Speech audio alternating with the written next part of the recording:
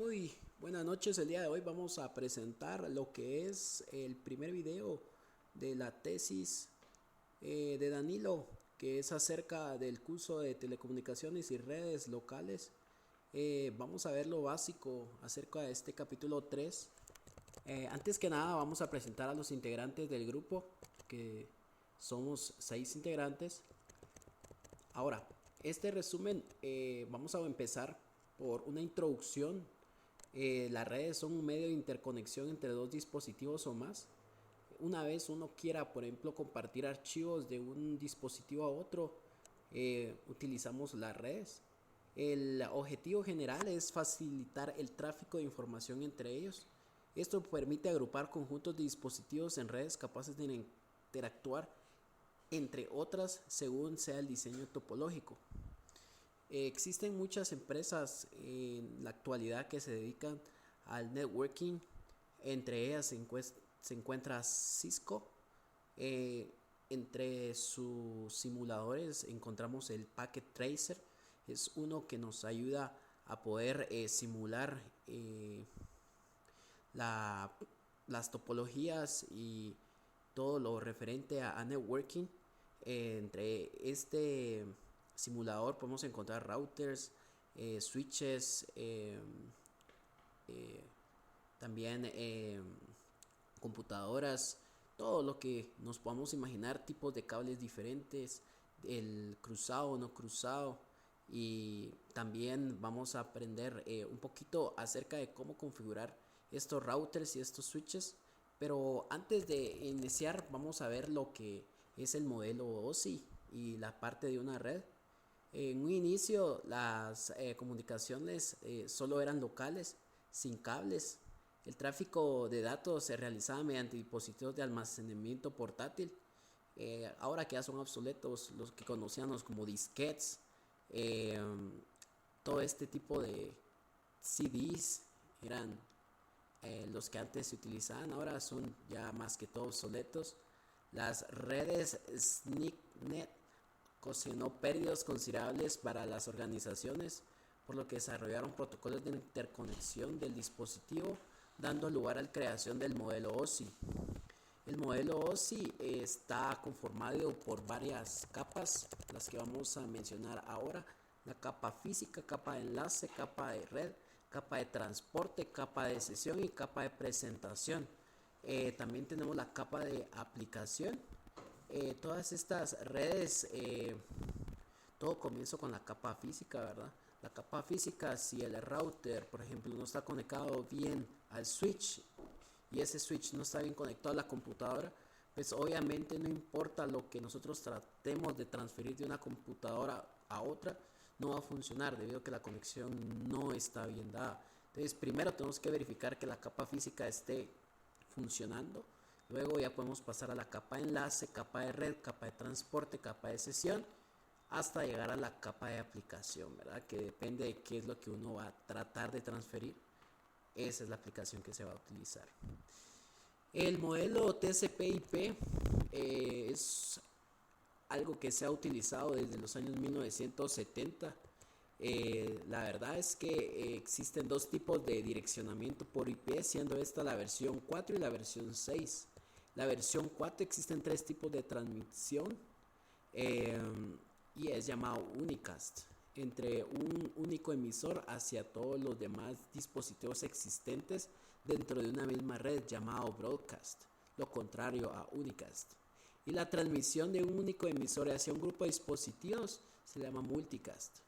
Ahora, la dirección IPv4 está formada por 4 octetos de dígitos binarios, separados por puntos y escritos en forma decimal por conveniencia. Ahora, existen varios tipos de direcciones cuando hablamos de IPv4, donde encontramos la dirección de host, la dirección de red, dirección de broadcast y dirección de multicast. Estas significan o tienen una aplicación diferente, que podemos ver en la presentación o resumen. Ahora vamos a hablar acerca del TCP/UDP Son protocolos que están orientados a establecer una conexión confiable con la implementación de acuses de recibo para transmitir información dañada en el trayecto de un destino, mientras que el protocolo UDP está destinado para transmisiones de mejor esfuerzo, tiempo real, ya que no detecta errores en la información.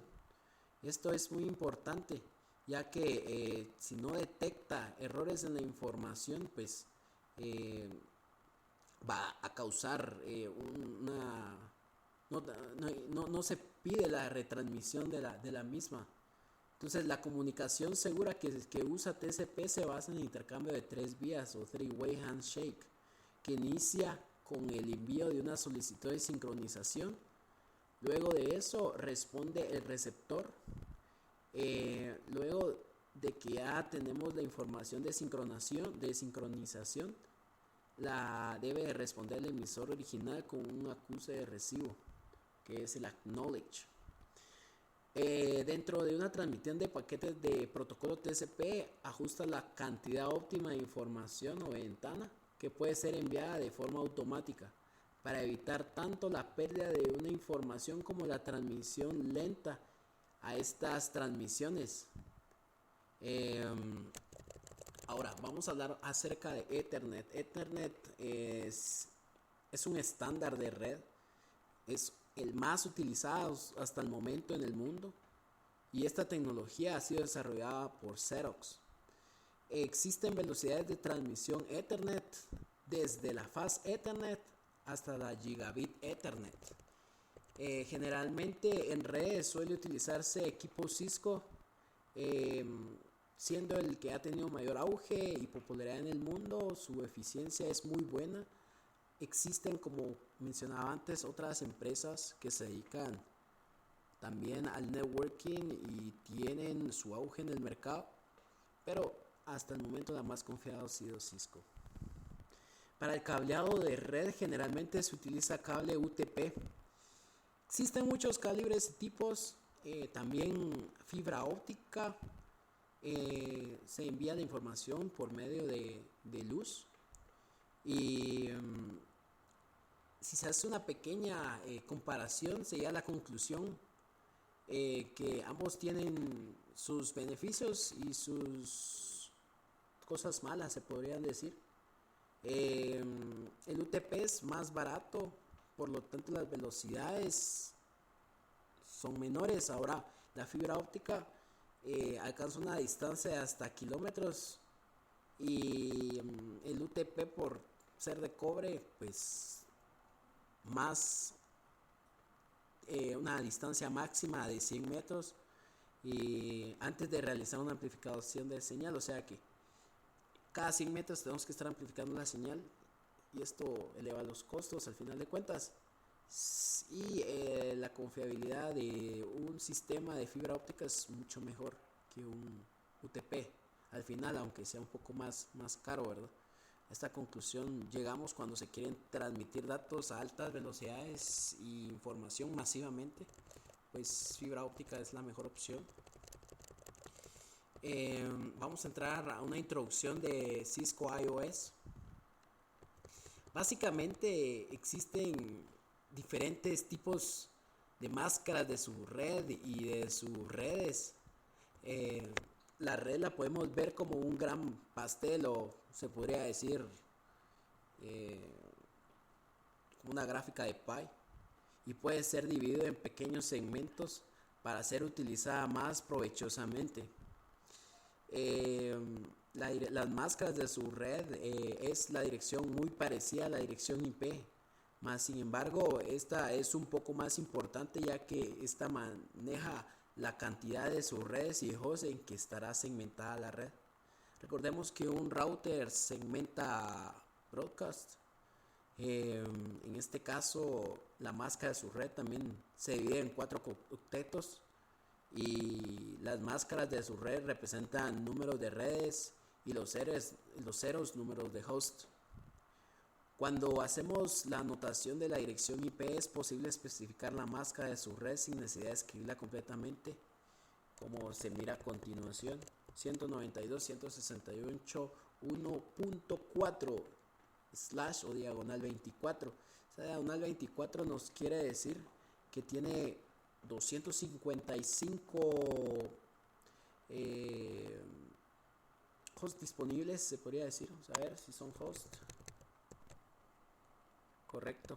Y con el 24 se asume que la subred va a ser 255.255.255.0. Por ejemplo, si uno quiere poner una máscara de red de 32 en lugar de 24, usaríamos 255.255.255.252, teniendo nada más dos hosts y una network y un broadcast.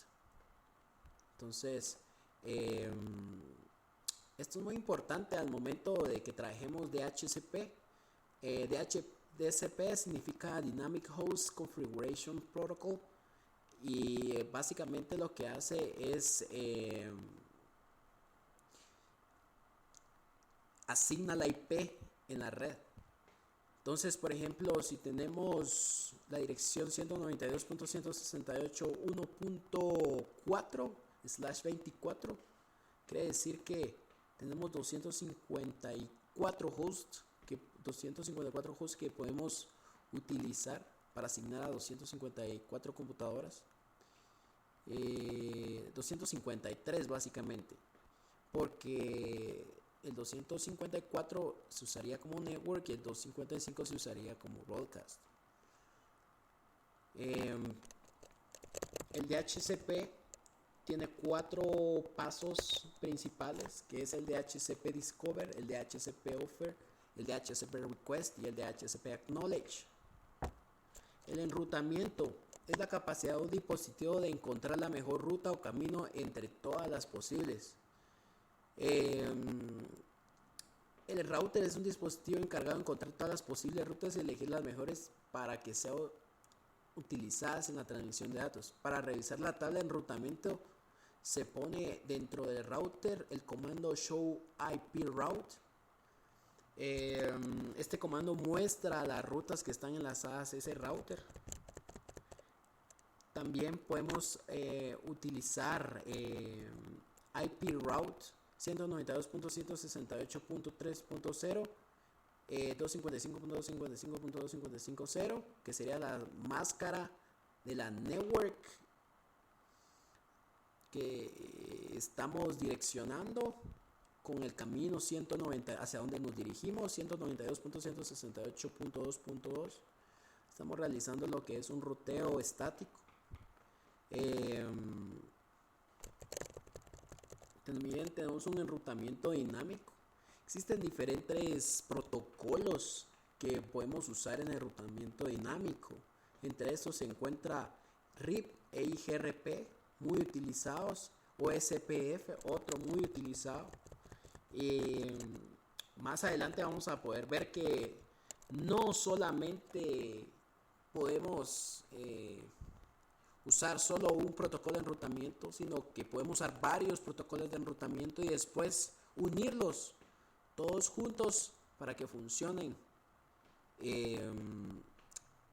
La verdad, el enrutamiento dinámico es mucho mejor que el enrutamiento estático, debido a que es mucho más práctico, mucho más sencillo y mucho menos enredado, ya que el enrutamiento estático lleva un poquito más de tiempo, y entre más compleja sea la red va a ser un poco más complicado y costoso en tiempo poder programarlo, ¿verdad? O poder tener la red lista para el uso, ¿verdad? Entonces se recomienda utilizar estos protocolos dinámicos que son de fácil aplicación a las redes. También vamos a tocar lo que es Spanning Tree Protocol, STP. Cuando las redes crecen demasiado rápido, esta expansión se hace de forma desordenada por la necesidad de conectar equipos sin orden específico. Este tipo de dispositivos hace a la red más propensa a fallar. Entonces, esta es la razón por la que dentro de un buen diseño de red siempre debe contemplarse el crecimiento. O sea, Si estamos haciendo o diseñando la red de una empresa que nosotros sabemos que aquí en 3 4 años tiene el objetivo de ser una empresa un poco más grande, pues se recomienda eh, sobredimensionar los dispositivos que se van a usar en la red para que el día de mañana ya no sea tan complicado poder ampliar esta red. Entonces, STP es muy bueno cuando ya las redes están creciendo. No obstante, los evidentes beneficios de la implementación de dicha redundancia tiene su costo, tanto económico como operacionalmente. Pero es mucho mejor así, ya que si no, a la larga es más costoso y más trabajoso si no se planifica de un inicio. Eh, También STP fue creado con el propósito de que los dispositivos de la capa 2 pudieran detectar y bloquear enlaces redundantes y luego reactivarlos en caso de una falla. El STP es un protocolo antiguo y también ha mantenido mucho en su terminología original. Por esta razón, muchas definiciones de configuración hacen referencia al dispositivo antecesor al switch, el branch o puente, ¿verdad? De esta manera, un bloque de entre switches es referido como un bridging loop y no como un switching loop. Este BPDUs, la configuración BPDU, que incluye toda la información necesaria para realizar los cálculos requeridos por Spanning Tree, son generadas únicamente por los switches de raíz para luego ser propagados por el resto de dispositivos. Vamos a ver también los roles de Spanning Tree. Los roles de Spanning Tree es Root Port, Designed Port, Not Designed Port. Vamos a ver que el Root Port es aquel que posee la mejor ruta hacia el switch de raíz. El Designed Port, los puertos de este rol siempre se encuentran transmitiendo y son los únicos capaces de enviar BPDUs. Los Non-Designed Port, este puerto forma parte del enlace redundante, por lo que no transmite información y se limita a escuchar los BPDUs provenientes de algún puerto designado. Para elegir los roles de los puertos se utiliza varios parámetros de comparación en secuencia, determinándose en el primero de ellos que no resulte en un empate, siendo siempre preferidos de los valores más bajos. Número 1. Costo de la ruta hacia el switch raíz. Identificadores de switch para enviar el BDPU. Identificador del puerto que envía el BPDU. Y el identificador de puerto que recibe el BPDU. Bueno, el Rapid Spanning Tree es una implementación más moderna del STP. Con un tiempo de convergencia mucho menor que el original. El protocolo original, por lo que puede trabajar junto, realmente es retrocompatible con el protocolo original, que es STP. Y juntos en una red, pueden trabajar juntos en una red el STP y el RSTP en ciertos tipos de enlaces y comportarse de la misma manera. Vamos a hablar algo de Access List. Bueno, un pequeño resumen de Access List. Access List se refiere, por ejemplo, usted tiene una empresa, tiene gerencia, tiene secretarias y tiene la oficina de recursos humanos. Usted como gerente, a usted no le interesa que las secretarias, por ejemplo, tengan acceso a Facebook, tengan acceso a alguna red social o alguna página en específico o algún puerto, por ejemplo, puerto 80, o que no tengan transmisión de datos FTP, o que no tengan acceso a la web, que no tengan, o sea, usted tiene un montón de features o características que usted puede bloquear si usted desea, y para eso se usan las Access List. Son herramientas que permiten identificar o marcar un flujo de datos. El enrutamiento basado en políticas de traducción y dirección, entre otras. Consiste en una lista de sentencias que pueden ser permitidas o denegar. O sea, puede permitir el acceso a internet o puede denegar. Puede dar permiso a la gerencia de usar el internet o puede denegar a las secretarias usarlo, por ejemplo. Las listas son examinadas sentencia por sentencia en orden secuencial, deteniéndose la operación al hallar la primera coincidencia. O sea, es secuencial esto, entonces básicamente solo es de agregar las access lists a gerencia, por ejemplo, qué se le permite hacer, qué se le niega, así con cada departamento cuando uno se diseña una red. Ahora vamos a hablar de NAT. NAT es el Network Address Translation. Se originó por cómo una medida reduce la velocidad con la que se estaba agotando las direcciones IP. Debido al crecimiento acelerado de la red, se designó segmentos específicos que se podrían usar en redes privadas y que no serían únicas. Existen tres tipos de NAT, según Cisco: estática, dinámica y sobrecargada. La estática es la traducción configurada manualmente y la única que permite el inicio de una conexión desde una red externa. La dinámica es una traducción realizada de manera automática, y la sobrecargada, también conocida como Port Address Translation PAT, es una traducción que se realiza de manera automática utilizando dirección presente en una interfaz. Por ejemplo, cuando usted está en su casa y usted quiere saber el IP de su computadora, usted viene y si usa el sistema Windows, se va a CMD, luego ipconfig, diagonal O, y el sistema le puede dar cuál es su dirección IP. Pero esa dirección IP, si usted se dará cuenta, es 192.168.x.x. O sea, puede ser .1.1.1.1.2, pero realmente, claro, si es su servidor o su ICP, el que sea, no le está dando esa dirección. Realmente, si usted va a una página web, por ejemplo, a speedtest.net, ahí le aparece el IP que usted tiene realmente ante Claro o ante su ICP.